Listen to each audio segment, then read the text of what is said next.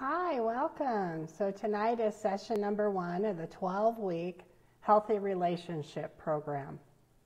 So if you're online, please hit the like or share button, comment.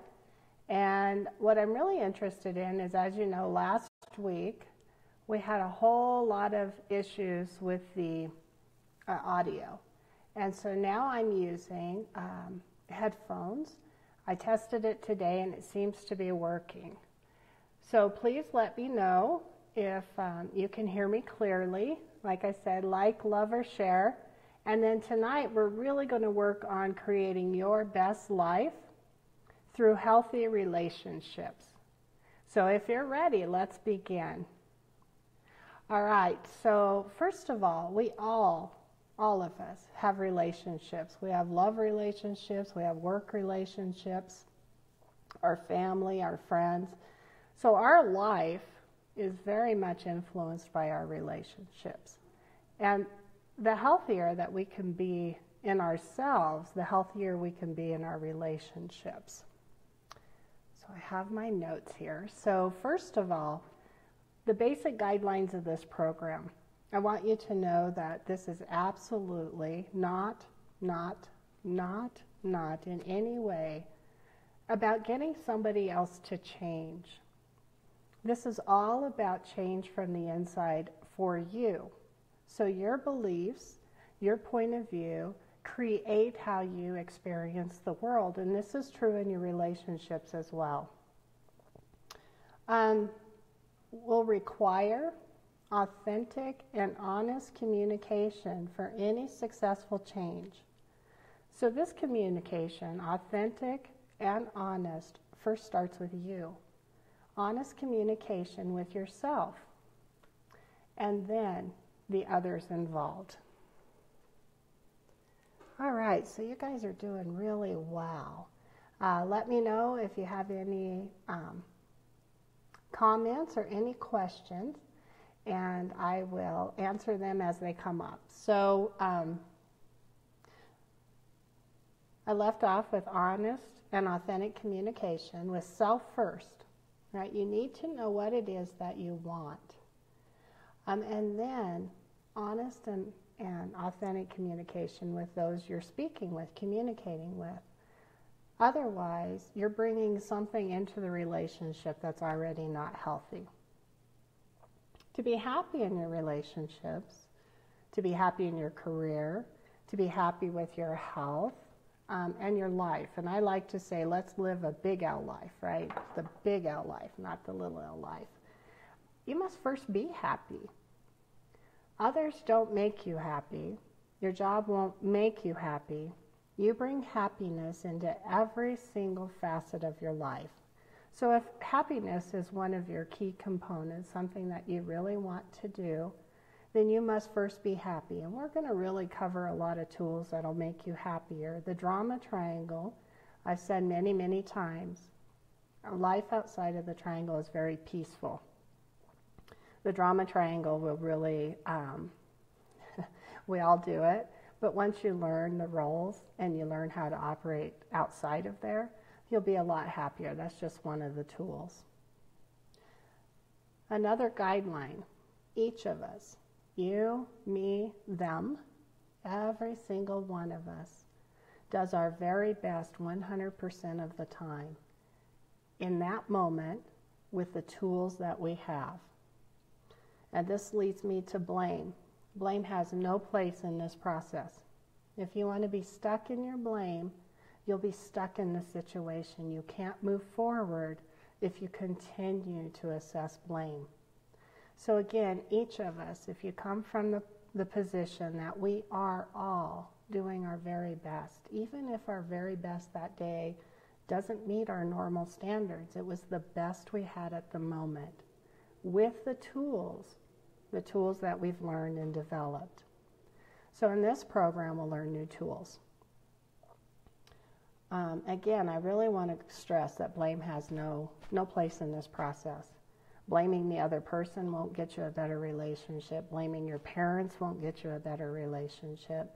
Blaming yourself won't give you a better relationship. And you all know that I really operate off of self-love, self-value, self-respect, and a self-appreciation. So no blame. No blame is really allowed in this process. Change requires change. If you really want your relationships to be different, if you want any change, you must change. It requires change. So in order to achieve anything different, in order to achieve your goals, you must do something different. If that weren't true, you already would have achieved them.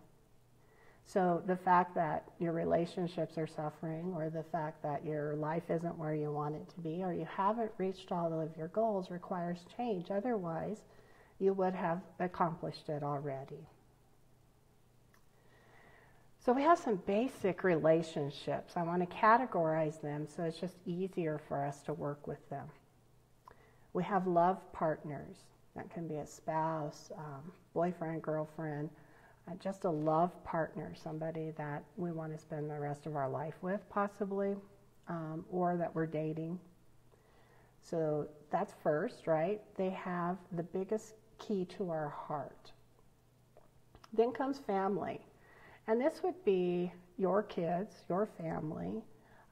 It would be your extended family, parents, siblings, anybody close to you. So you have an immediate family that you live with, or it has, high influence in your life. And then you have the extended family. And they may still have a lot of influence, but generally you've moved away from your parents and siblings when you become adult. We have friends.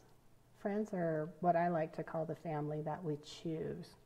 And friends are important. They bring so much to our life, but they also, right, can cause a lot of stress if the relationship isn't healthy.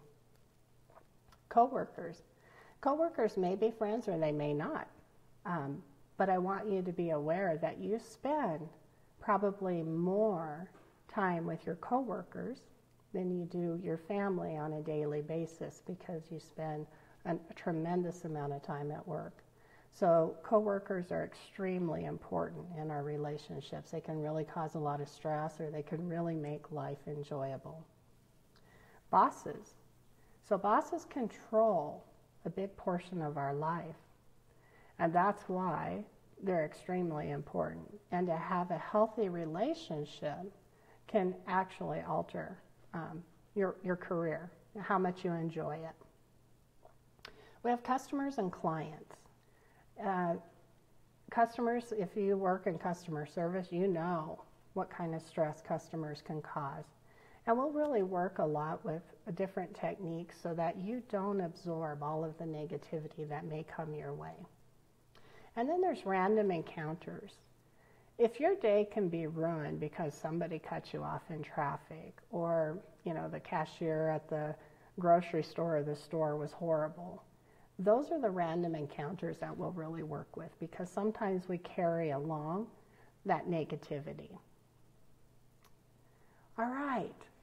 So I want to take a little breather. And somebody just told me hi, so hello back. I want you to think about the relationships in your life, and I hope you have a pen and paper.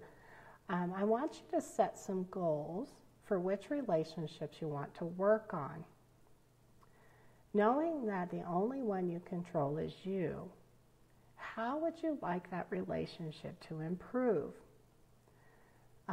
Do this now, and then we're going to continually come back to this goal. So this is going to be one of your first goals. So we want to see the progress that you make from the beginning of the program to the end.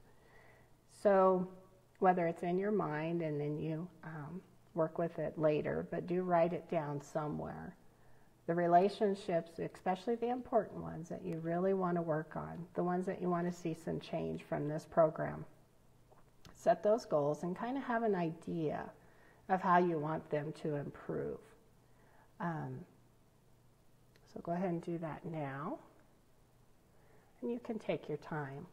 While you're doing that goal, I want you to be aware that there's certain emotions, behaviors, characteristics that promote health and well-being. Excuse me, I still have a cough from a couple of weeks ago. So these emotions can be behaviors, and they can also be characteristics, right? The character of ourself. And they promote health and well-being. So while you're working on your goals, I want you to listen to these and then note which ones really matter to you, which ones you want more of, which ones that you demonstrate, just the ones that really touch your heart. So joy, or being joyful. Gratitude, being grateful. Value, or feeling valued, right? Secure, safe, or safety. Love and loving. Hopeful, appreciated, stable, happy and happiness, strong, empowered, compassion, respect and respectful, optimistic. And those of you who work with me know that I talk a lot about how resourceful we are and how resilient we already are. So those are two characteristics, resourcefulness and resilience, that really help promote health and well-being in your life. Wonderment. I sign off many times with love, light, and wonder. Being open to the wonder of the universe has been one of the greatest gifts for me.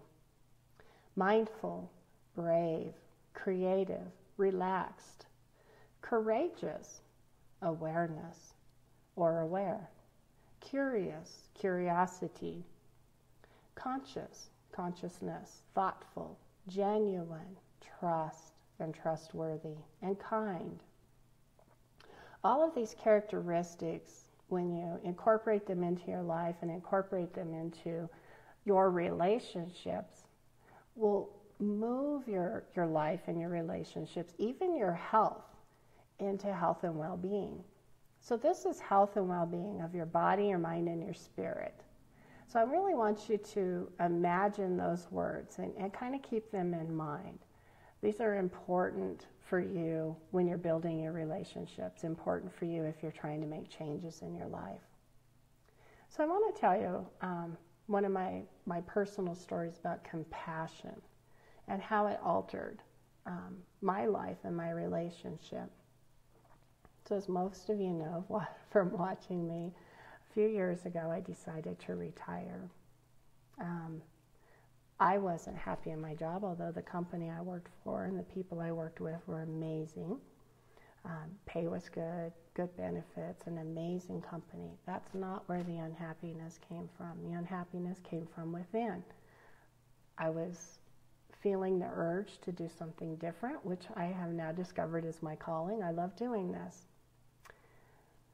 So when I let Mark know that I wanted to retire, right, it never occurred to me that he had other plans, that he had imagined our life going in the direction it was going.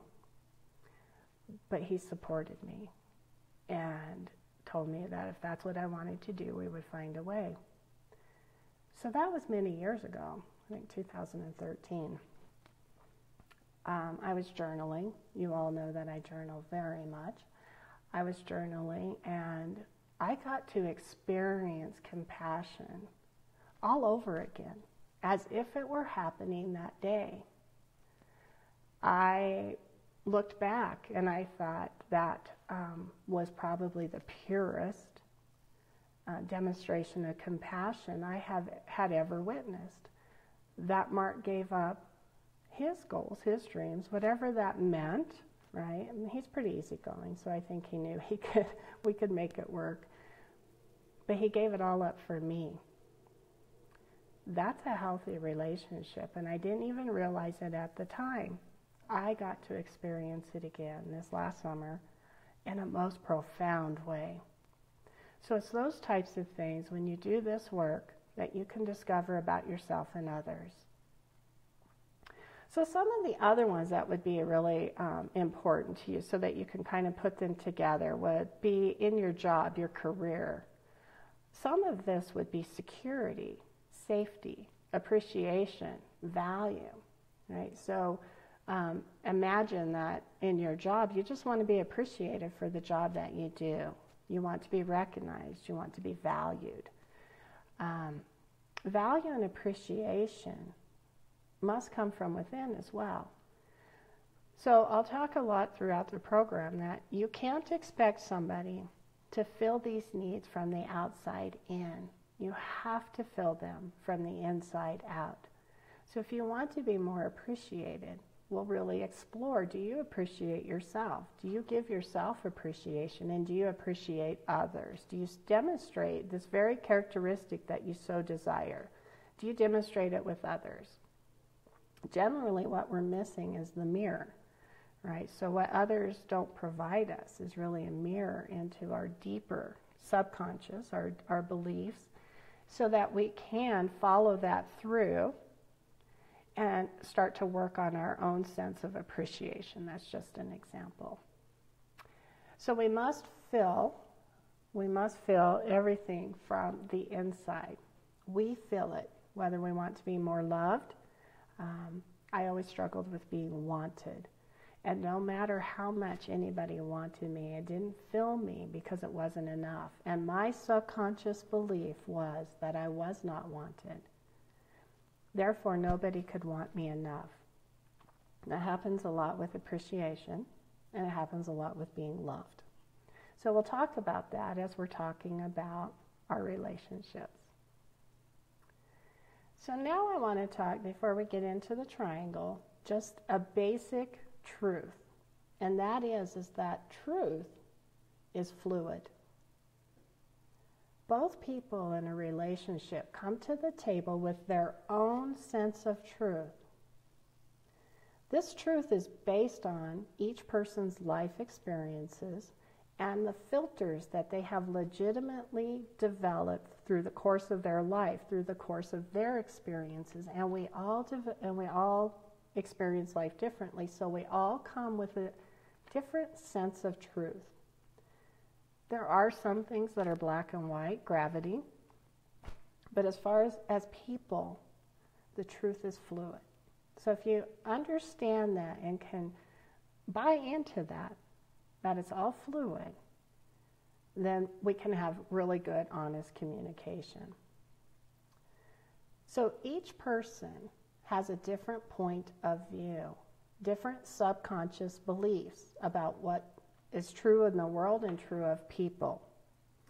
So two people can see the same car accident and completely come away with a different viewpoint based on their filters. So let's say, it's a teenage boy in a really fast car and a really, really old person in a really huge car. You don't see the accident, you just come up upon it. Based on your filters, you will probably assign blame to one or the other because the situation fits both. Could have been the kid's fault. He could have been driving too fast. He may not be a good driver yet because he's so young. And he had a big truck. He was reckless, right? Those are all beliefs. Those are come from filters. Or it could have been that, we think, oh man, that old man, he probably was a horrible driver, shouldn't have been driving. Somebody should have taken away his keys a long time ago. He was driving too slow. He was driving in the wrong lane. He didn't see anybody. He didn't stop, right? The same situation, both of them, right? The truth is fluid. They come from their point of view, how they see the world, what they believe to be true. So when we talk about communication, know that each person comes with a complete set of different rules, different experiences, different understandings. The same word can mean something totally different between different people, right? We don't even have the same word means something different. If you raise your eyebrows, does that mean you're curious or does that mean that you're being sarcastic? Excuse me. Understanding that when we go to communicate and giving the person some leeway, giving ourselves some leeway. So any belief in the subconscious mind is true for that person, period, has to be. So no matter what the subconscious belief is, whether it makes sense or not, and if they were developed as small children, they may not, right? We believe in Santa Claus and the Tooth Fairy when we're little. It has to be true. We cannot operate in our environment if the belief held in the subconscious is not true, or if we don't believe it's true. It's actually just not possible. So if you believe the world is a horrible place, you believe the world is a horrible place, and you'll experience the world as a horrible place. If you believe that life is good and that you're cared for and supported, that is what you will experience, because that is what you believe. And remember, we have filters, so we can filter out anything that doesn't fit the belief. So if you begin your communication standing in the concrete of your truth, let's say that you don't move, your belief is absolutely solid. This doesn't honor the fluidity of all truth between humans, right? It doesn't honor that, because their truth is just as true as yours. So if you begin by declaring their truth false, you have already closed the door to authentic and honest communication. You've already started to close that door. You've put them on defense. So recognize that, especially with clients, family, children, that by immediately declaring their truth false, right? We can't have open communication, because then your purpose is only to change their mind, right? And they may not want to change their mind. Their belief may be as solid as yours. And it may be based on just as much truth as yours. It's just as many facts, right? All facts can be misinterpreted or interpreted in certain ways. So I want you to remember that cement can move, but concrete cannot. So cement is the liquid version of concrete before it sets up. Cement can move, but concrete cannot. And you don't want your communication to be concrete. You want it to be fluid. And here's why. If you honor the fluidity of the truth by being open to their truth, and if you're open to the fluidity of your own truth, right, because this is big, we may encounter a change in our perception based on some new information, right? So that's why your beliefs and their beliefs, when we have honest communication, must be fluid. You actually may believe that the world is flat until somebody shows you the proof that it is not. You may change their mind, right? You may show them how the world is round, but sorry about that, still get phone calls. Based on their experiences, the world may really have appeared flat. It may have felt flat, and they may have believed it to be flat. And it fit, right? It fit their daily life. They experienced life on a flat earth.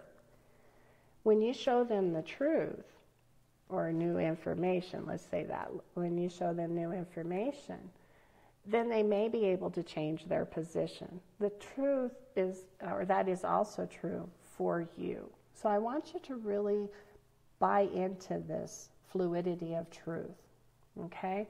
So some ways that this comes about is, let's say that you're a Patriots fan.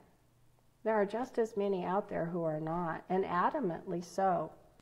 Each side has a position based in some type of truth.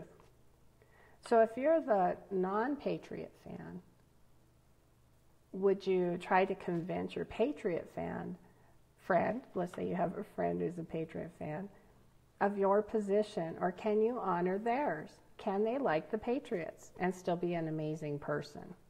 That's where we go with healthy relationships. Now, all kidding aside, there is some competition and it's fun. But when it becomes mean or disrespectful, that's when we're losing the communication. That's when we're losing the healthy relationship. This happens a lot with politics and religion, right? Most people will tell you to stay away from those two subjects because people have a visceral reaction and they stand in their belief that it has to be that way, and they do not move.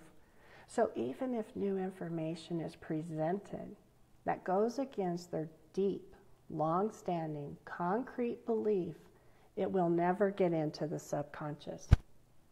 So if you're a Democrat, true blood Democrat, that you can't move, that is the way it is, even if the other side presents information, it will go against your belief and it'll be kicked out. But the same is true of the other side. That's why politics, very little gets done. They don't have good communication. They don't have good relationships. They're not honest. And both sides stand in the concreteness of their belief. So using that, right, Patriots fans, politics, religion, understand how relationships can go south when two people stand so firmly in their belief. All right. So we're moving on to the drama triangle. And like I told you before, the drama triangle can really, really change your life once you get to know the roles and when you recognize yours. So first and foremost, when we talk about the drama triangle, I want you to know that it's about recognizing your role in the triangle. So last week I went through it, but of course the sound was really glitchy. So I want to kind of briefly go over it again. The triangle is like an upside down triangle, and there's a perpetrator, a rescuer, and a victim. And all three roles, right, are just maladaptive behaviors that we have adopted or have been taught to get our needs met. We come into the world, honestly, as a victim. We are a small baby, can't change our own diapers, can't feed ourselves, can't even move around. Require consistent 100% care. So we are a victim. We can't get our own needs met. We have to rely on someone else. Rescuers generally are developed to be people pleasers, and they try to get their needs met by taking care of someone else. So most of the time a rescuer is really trying to avoid their own feelings. They would much rather help someone else or be involved in somebody else's issues rather than their own. So they never actually work on their self-issues. They inject themselves into somebody else's. And then the perpetrator is the bully. So they try to get their needs met by controlling or being aggressive and getting somebody else to change their mind. So kind of that talk about, concrete beliefs. That can turn into a bullying situation. I want you to know that we do all the roles. Every one of us does all the roles, but we do it differently with different people. So we may be a rescuer for one of our children and a bully to the other. We may rescue one sibling because we view them as not capable, and then we want the other sibling to also do the same. Or we may become a bully with the one who won't be the rescuer, right? So we are all three roles. It depends on what the need is. So again, it's not about getting somebody else to change. This is completely about changing self and understanding the roles you play and the roles they play. Because if you can see the roles that they're playing, right, then you can adjust, right? If they want you to rescue them, then you don't have to make them a victim. You can stay out of the triangle, and we'll talk about ways to do that. So most of the time we're trying to escape, deny, or not feel real feelings. We don't like sadness, right? It doesn't produce health. We don't like grief. We don't like anger. So we try to get out of that. And sometimes we use drama, the drama triangle, right? Perpetrator, rescuer, victim, in order to get the needs met. Instead of acknowledging, experiencing, and expressing our natural emotions safely and purposefully. So all emotions have purpose. We'll go through the emotions later on in the program. To get out of the triangle, utilize pause. Pause, pause, pause. If you know that you're getting pulled into the triangle or you want to, implement a drama triangle, pause first. When you pause, you can assess the situation, right? You can honor your boundaries. You can say no. You can offer other assistance that is not within the triangle. So being out of the triangle doesn't mean we never help anyone. That's not it at all. It's when it's maladaptive behavior in order to get needs met. It's not authentic, it's not healthy, it's not safe. So this is all about the courage to change self. All about the courage to change self. Because again, we don't control anyone else. We only control ourselves. And my mentor, many, many years ago, told me that I didn't have a right to expect anybody to change to make me happy. They weren't placed on the earth in order to make me happy. And that was a hard one for me. Really, really hard. Doesn't mean we don't have choices, because we do. And if you're in an abusive situation, any kind of violence, that's not acceptable. Betrayal isn't acceptable. I'm not asking you to accept it. I'm asking you to change self. That's the only one you have control over. So in those situations, instead of expecting the other person to change for you, you make the change that you need to be healthy and happy and living a full life. Sometimes we just don't know what that is until we're faced with it. So those are the situations where you would seek deeper help, right? To move through something that difficult.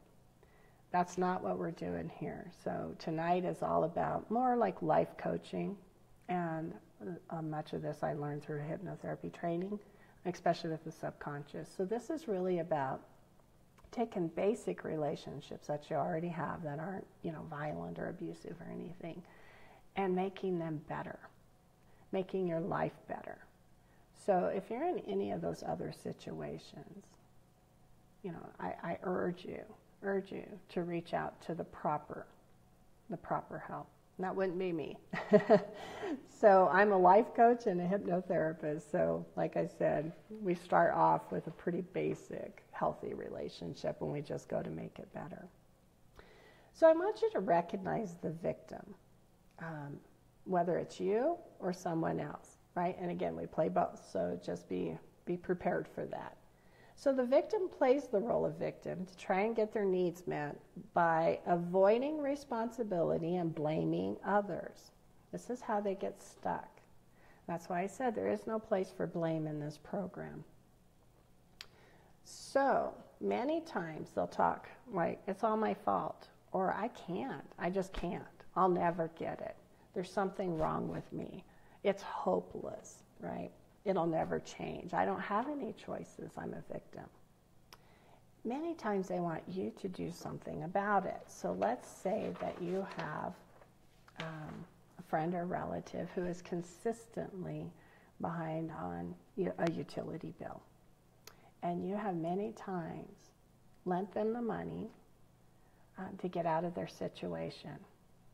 Let's say that you have done this consistently, and they consistently come back. A pattern has developed, this is the drama triangle, that they don't take care of their own needs, and they have intentions.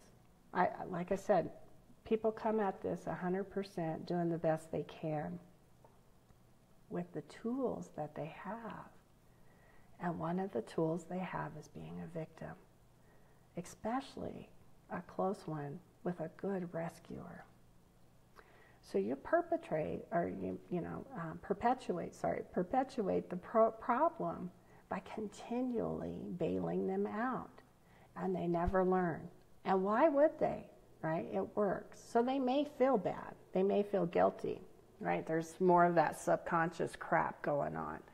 And it actually makes it stronger. I'm a worthless person, and I'll never get it, that kind of thing. I can't take care of myself. I'm not capable.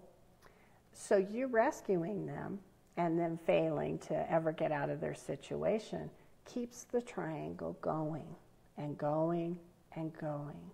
So one thing I want you to recognize is if there's a pattern, you come at this issue the same all the time with the same results, you are most likely in the drama triangle. So when you want something to change and it never does, the drama triangle is one of the first places we go. All right, so the rescuer, right? The rescuer tries to get needs met by taking care of someone else in order to avoid their own pain. Most of the time these people are very pained, all three are, but the rescuer never takes care of themselves. They always take care of someone else, and they're always seen as people pleasers. They can be perfectionists, can't say no. Always, if somebody says, hey, will you watch my kids for the weekend? Even if they had other plans, they'll probably say yes, and then they'll be extremely unhappy about it. They have an arrogance of all-knowing.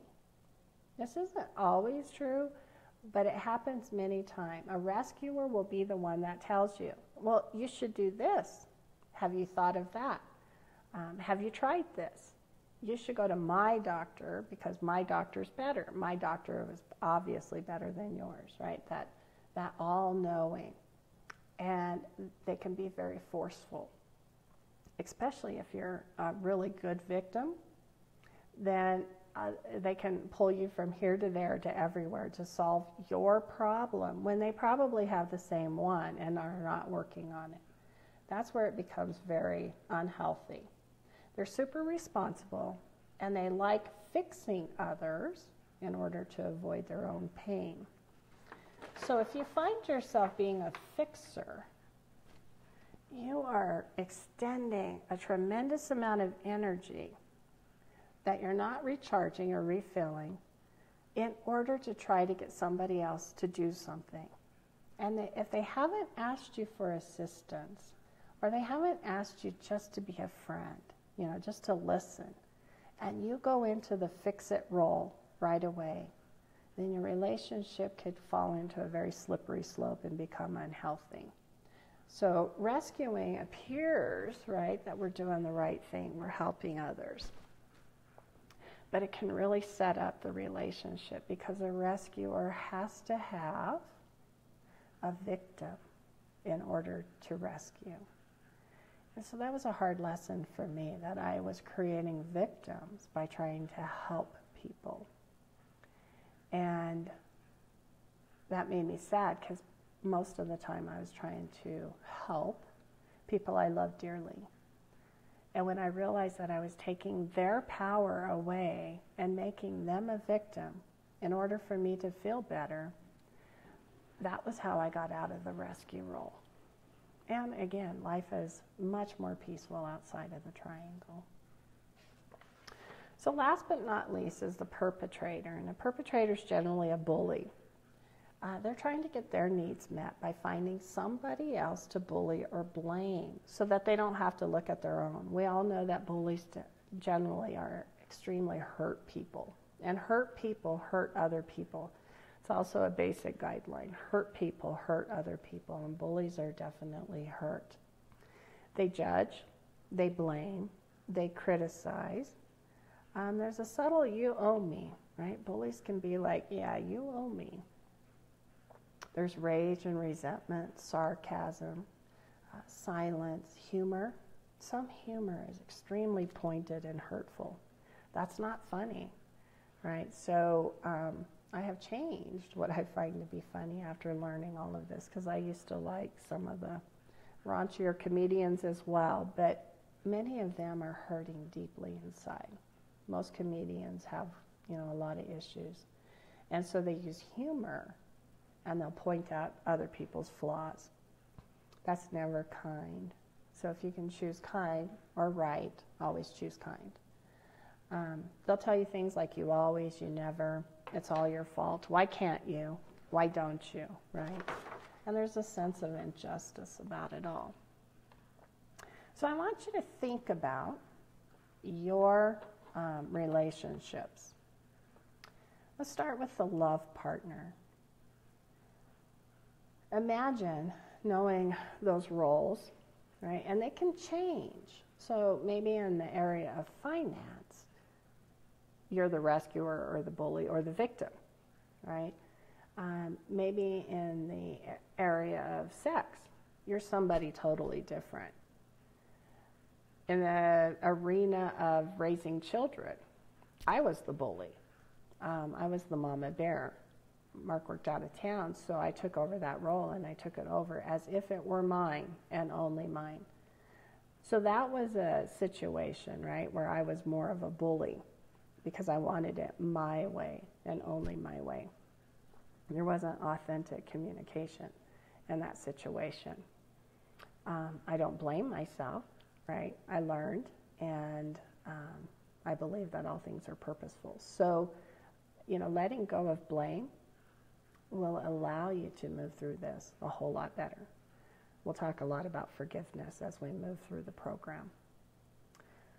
So, love partners, right? What are the main roles, and do they change? Your family. So this can be your immediate family, your children. It can be your extended family, parents, siblings, right? And different siblings will have different roles based on the birth order, or if they're male or female, and birth order.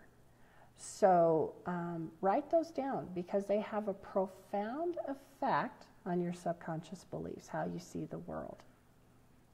So let's say that you were the one that got picked on. You will replace people in your life who treat you the way you believe you need to be treated. And many times that is developed as we're growing up. So if you were always picked on, then you'll grow up and believe that that's the way life is, right? And you will find experiences that prove that to be true. You may also be the bully, right? I was the bully because I was the older one. And I was more forceful, right? I wanted it my way, kind of a theme. But anyway, I was more of the bully. Well, I go through life thinking I should get my way. And that's been a theme of mine, right? I'm not sure what Heidi's is. That's something she has to discover. But she will experience life very much like she lived it unless she makes the change, right? If you want something to change, you have to change because your beliefs must change. You can be as positive thinking as you want, right? You can practice gratitude. You can write affirmations, I am powerful, I am capable, I am everything. But if you don't believe it down here, it will not come true. So the conscious mind is about 10% of the power of your mind, and the subconscious mind is about 90% of the power of your mind. The subconscious mind is your survivor mind. It holds your emotions, your beliefs, and how you see the world. And so no matter how positive you want to be, this is why willpower won't make you quit smoking or lose weight, right? If you don't believe it to be true, it will not come true. The belief that you hold in your subconscious must be true, and you will go out in the world and find experiences that reinforce that belief. So recognizing that your love partner and your family, right, are probably the two biggest influencers of your subconscious. And the roles that you learned early on, the scripts in the program, we talk a lot about scripts and programming, were developed in childhood. So next is friends. And we are all of the roles with our friends. We're a little bit more open with our friends because we don't have the same blood connection, right? The same family of origin, who we belong to. And so friends, we tend to be all of the experiences, all of the roles. And you will have friends that you want to be around more and friends you want to be around less. And that could be the roles that you're playing in the drama triangle. So write those down. And then coworkers. Wow, we all have great coworkers, and we've all had experiences with some that weren't so great. So I want you to really think about this, because your day, right, you practice it. Let's say that you have a coworker that you absolutely hate being around, right? Just don't want to be with them, don't want to work with them, don't want to sit next to them, don't want to hear them, don't want to interact with them. We've all had that. So you may have an active one now or a past one. Your day, before you ever wake up, that person's most likely on your mind. When you go home at night and you replay the day, that person's on your mind. Because you stew in it, right, you ruminate in it, it becomes part of your belief, right? Is that who you want? Controlling your beliefs. Who do you give your power away to? Who do you give your power away to? Who do you allow to steal your happiness? Who do you allow to steal your peace and your joy? Because the choice is yours. You get to react. You get to choose how you respond. The choice is yours. Choose who you allow to steal your peace and your happiness. Now, bosses are hard, and here's why. We invest, right, a lot of our time into our job. That's our financial security. So on the health and well-being, right, security, stableness, safety, value, appreciation, all of those are high on the list. You may or may not have a boss that supports you. And just like your coworker, they influence your life in dramatic ways. So if you're not able to leave a situation that causes you stress, the only thing you can do is to change from the inside. When you develop who you are, and you know who you are without a doubt, you can face any of those challenges. Because if you don't believe let's say that they don't appreciate you, but you appreciate you, then that will fall off. And it is stuck with them, right? It's them who doesn't recognize. Respect. Respect is another one. You can choose, and you can choose your words outside of the triangle, not to get drawn into that triangle. You can choose your words to maintain your self-respect, right? And you can find a way to make it work. So I'm not suggesting that you have to leave these situations. You may be able to. And we'll talk about when you know that you need to go and make a change. But you can also work through them. And if you change and you get out of the triangle, it automatically changes. A triangle is like a three-legged stool, and it needs all three roles in order to operate. As soon as one party leaves, the triangle is no longer a triangle. They will either try to draw you back in, right, with all kinds of manipulation and techniques, and we'll talk about that as we keep going with the triangle. Or they will find someone else and leave you alone. They'll leave you out of the triangle if you continually stop playing the triangle games, right? So there's books about this triangle. It's called the Karpman Triangle or Transactional Analysis. And it's life scripts or games people play. Any of those books will talk about the triangle and more in-depth techniques. So then we come to clients and customers, and they do affect our life. They're the kind that I would say we can really practice the techniques on how to stay out of the triangle. So, for instance, let's say you're customer service and you have somebody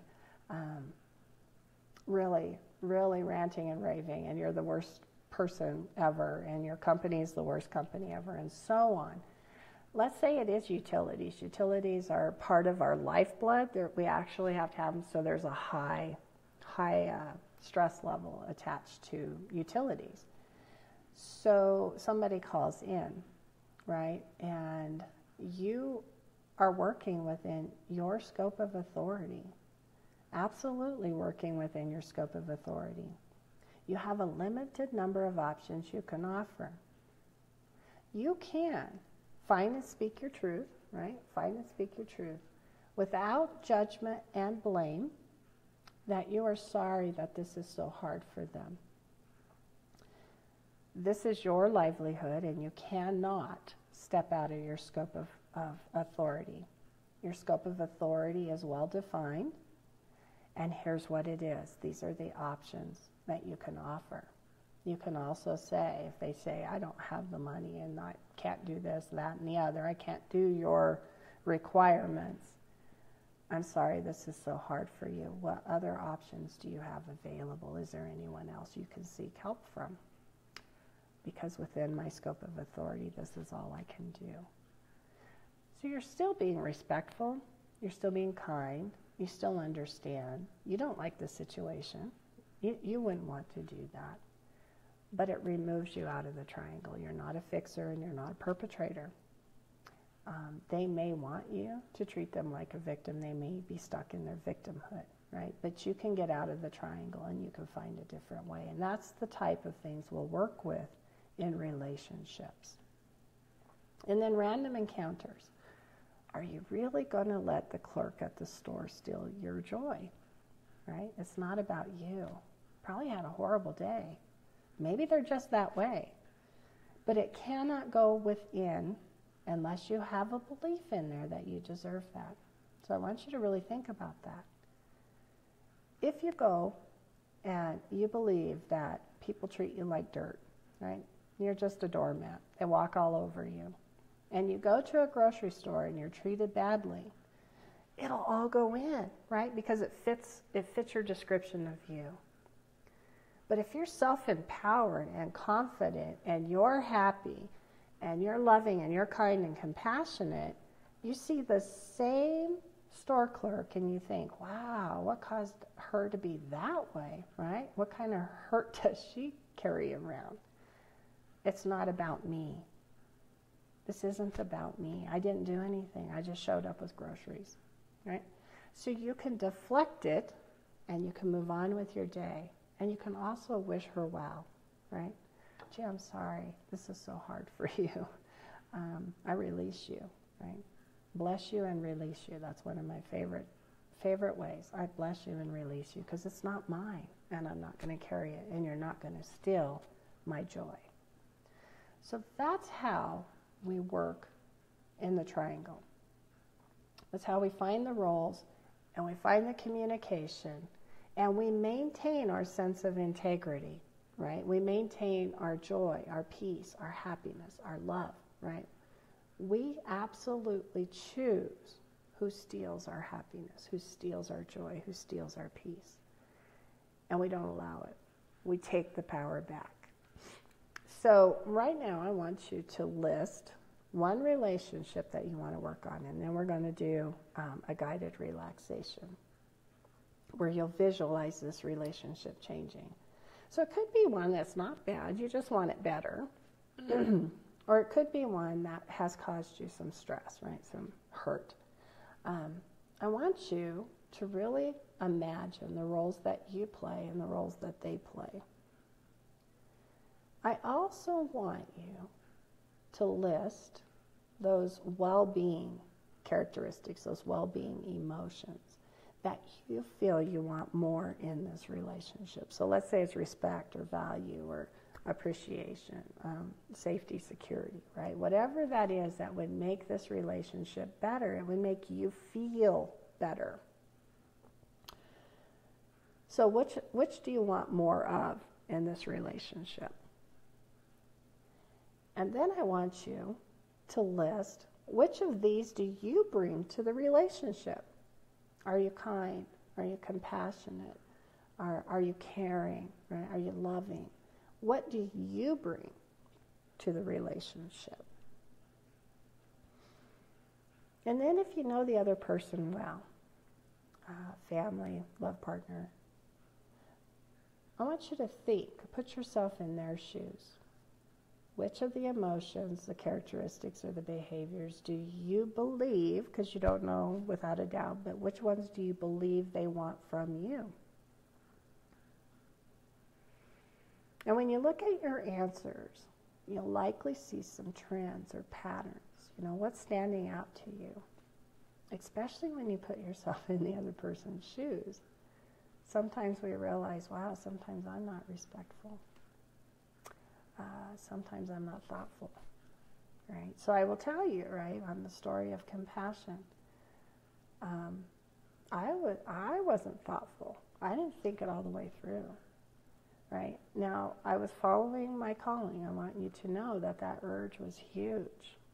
This was on the horizon. This is exactly what I'm meant to be, who I'm supposed to help, who I am, right? What I do. So it was absolutely purposeful. But looking back, I was driven. And so I lacked the thoughtfulness. So I want you to write that down. You know, whatever it is that you see is lacking. And is it lacking from you or is it lacking from them? So a lot of times we talk about respect, right? I just want to be respected. They don't respect me. Same thing with appreciation. Nobody appreciates what I do. Are we demonstrating that to others, right? So housekeeping, house cleaning, many times. You know, if you're the main house cleaner, you will say that the other one, as soon as they do the dishes or mop the floor, they want all this recognition, but you never get it, right? That's a common theme in partnerships. Do you, right, show appreciation for the other things? Let's say that they take out the garbage, mow the lawn, pay the bills, right? So you're lacking it, let's say, in one area, but are you giving it in the others? So that's what this exercise is about, is for you to see the trends and to start to look within, right? Change has to happen with you. All right, so if you're in a safe place, I want you to sit, get really relaxed, and close your eyes.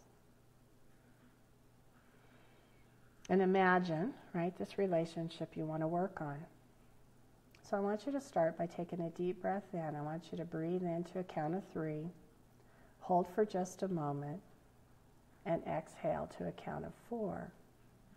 And whenever your eyes decide to close, just let them close. So again, when you're ready, deep breath in. Long, deep, slow and full. Make it longer to a long count of 3. Hold for just a moment.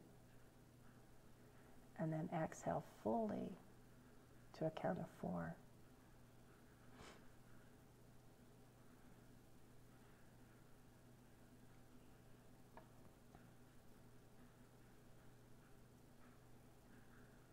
So again, one more time, deep breath in. This time really slow it down. Really feel your breath. You can hear your breath. You can feel your chest rise and fall gently. Just focus. Focus on your breathing. And focus on the rhythms of your breathing. Really tune in. Begin relaxing. Imagining a beautiful bright beam of light shining down on you from above. And this light is loving and healing and divine, and you can see it and you can feel it, and it's all around you. And it pours over you from the top of your head all the way down. And this light, this loving, healing, divine light brings peace and comfort and relaxation into all that you are as it washes over you. Wave after wave of loving, healing, divine light just washing over you from the top of your head all the way down into your neck and shoulders, all the way down into your hands and fingers. And this light is loving and healing and divine. And it brings peace and comfort into all that you are. And you can breathe in the light. It fills your chest and abdomen. You can breathe in the light, becoming more relaxed, more peaceful, more comfortable. And the light continues down and surrounds you completely, washing over you and filling you with every breath as you breathe in the light. And it moves down into your legs, and you feel your legs relaxing. You feel peace. You feel comfort. You feel total relaxation. And you're surrounded by light. You're filled completely. And you make your way to a staircase with 10 steps leading down. With every number I count, you step down and allow yourself to go deeper into relaxation.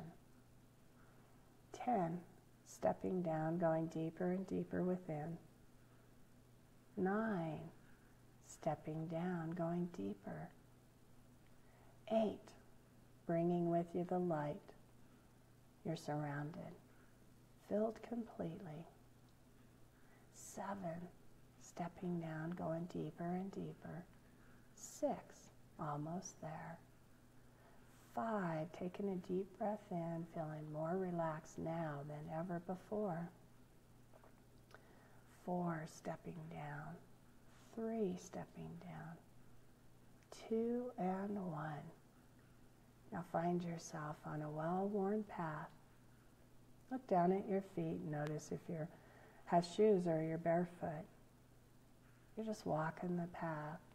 Beautiful, surrounded by nature. The path is comfortable, the walking is easy. And you make your way to a bench. There's a bench nearby. Make your way there now. Settle in.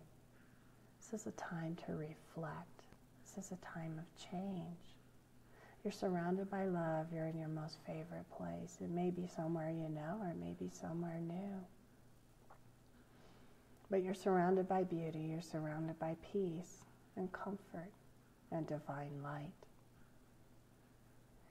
Now bring into your awareness this person, this relationship that you want to be better. Bring them into your focus now. And with all of the optimism of the future, with all of your compassion, your love, all of those things that you want from this relationship, respect, appreciation, kindness, love, whatever it is that you want from this relationship, imagine that you are the giver of this gift. And it may be a color, it may be light, it may be a gift of some kind, like a stone or a flower. But whatever it is that you want to give this relationship, give it to the other person now. Tell them what it is, and that you believe that this will improve your relationship. Do that now. Now commit to this person that you will do all that you can to uphold this gift. That in your waking moments you'll remember this gift you gave to the relationship. Now what's really important is to tell them that you send them off to light, right? You send them back to the light. And then you sit on the bench. And whatever it is that you gave to the relationship, I want you to look deep inside, and somewhere you're missing that very, very gift. So whether it was color or light, a flower, something beautiful, I want you to look in your hands, and you now have the same gift, but this time you give it to you. You plant it in your heart,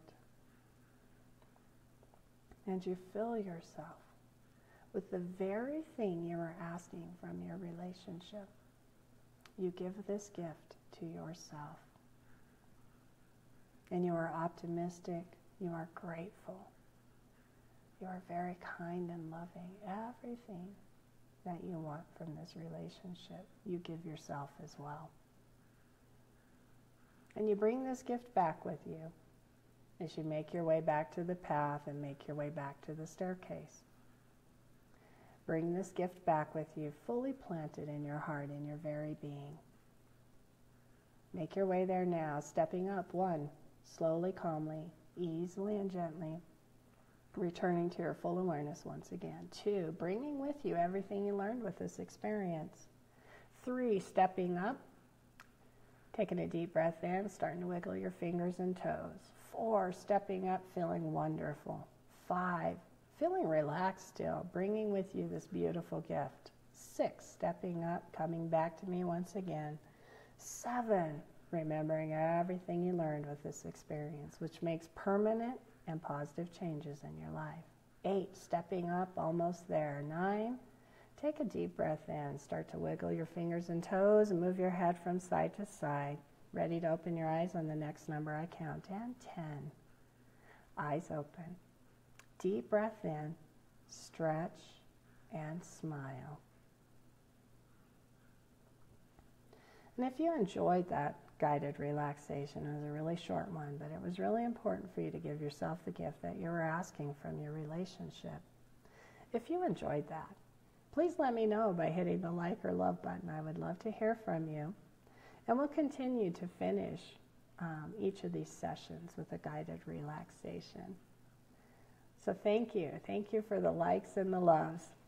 I am so glad that you joined me. And remember, we'll be here next Monday. We'll dive some more into the triangle. And if you have a particular issue that you want to work on, you can private message me. And I can, whitewash all names and instances and help you through that on the Facebook Live next week. Also, if there's something that you're particularly interested in or really want me to cover, please do. If you have questions, anything that I cover tonight, and remember, we'll continue to go deeper. We'll really deep dive into you finding your best life, right? That's my goal. I can only share with you how wonderful life is after I found my calling and started this journey, and I want the same for you. So with that, I wish you love, light, and wonder, and I'll see you next week.